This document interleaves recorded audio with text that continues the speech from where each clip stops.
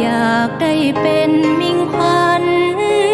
กอมขวัญเมื่อยามนิทราสายหนึ่งเท่านี้คือยอดสาตรีที่น้องปรารถนา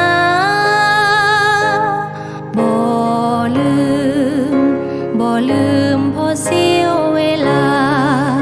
อยากอยู่เป็นคู่เสน่หาใกล้ตาของมองฤดีดาวเดือนเกลื่อนฟ้า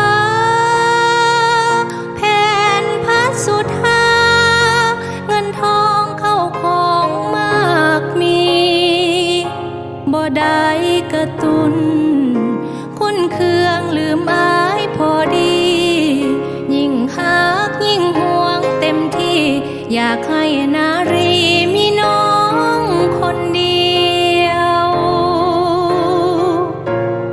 สายหนึ่งเท่านั้น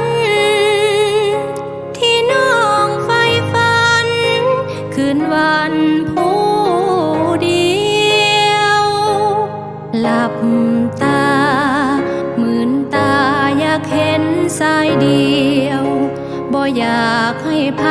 มาเลี้ยวข้องเกี่ยวอายเลย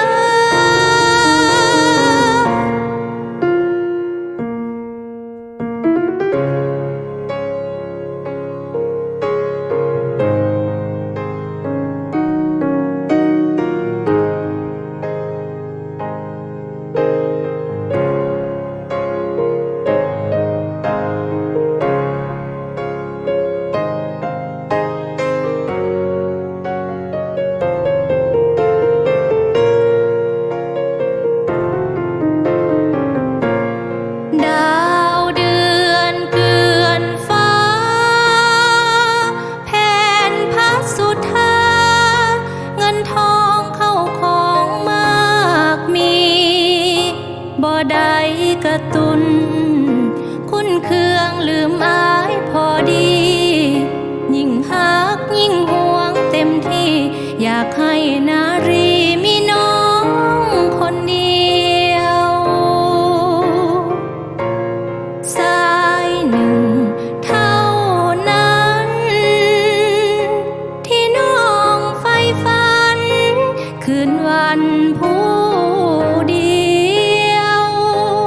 หลับตามื่นตาอยากเห็นสายเดียวบ่อยากให้ไผ